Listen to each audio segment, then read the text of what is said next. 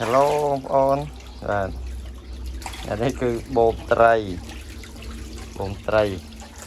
បូមត្រីក្នុងទ្រុងជ្រូកបាទទ្រុងជ្រូកយើងឥឡូវលែងដាក់ជ្រូកហើយឥឡូវដាក់ត្រីម្ដងនិយាយលេងបងប្អូននេះសាក់លបងចាំទេ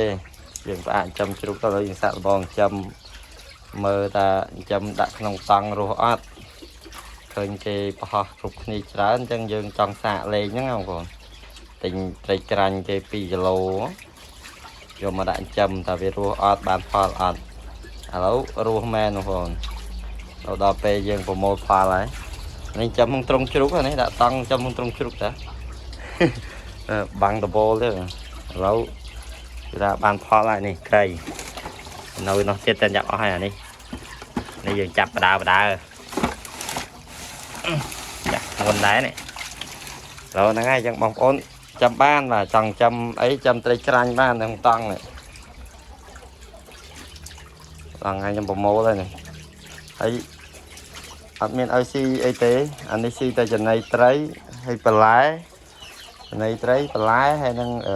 ចកអីហ្នឹងហើយយប់ឡើងយើងដាក់អំពូល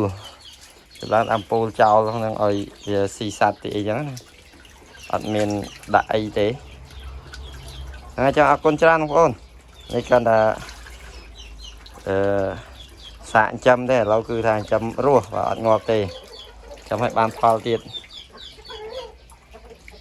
សាកលបងចង់ចាំក្នុងតង់អីអាចចាំបានត្រីក្រាញ់ពួកអីវាឡើងពេកព្រោះនេះចាំក្នុងដងឡើងពេកអញ្ចឹងមានចាំក្នុងតង់ស្រួលចាប់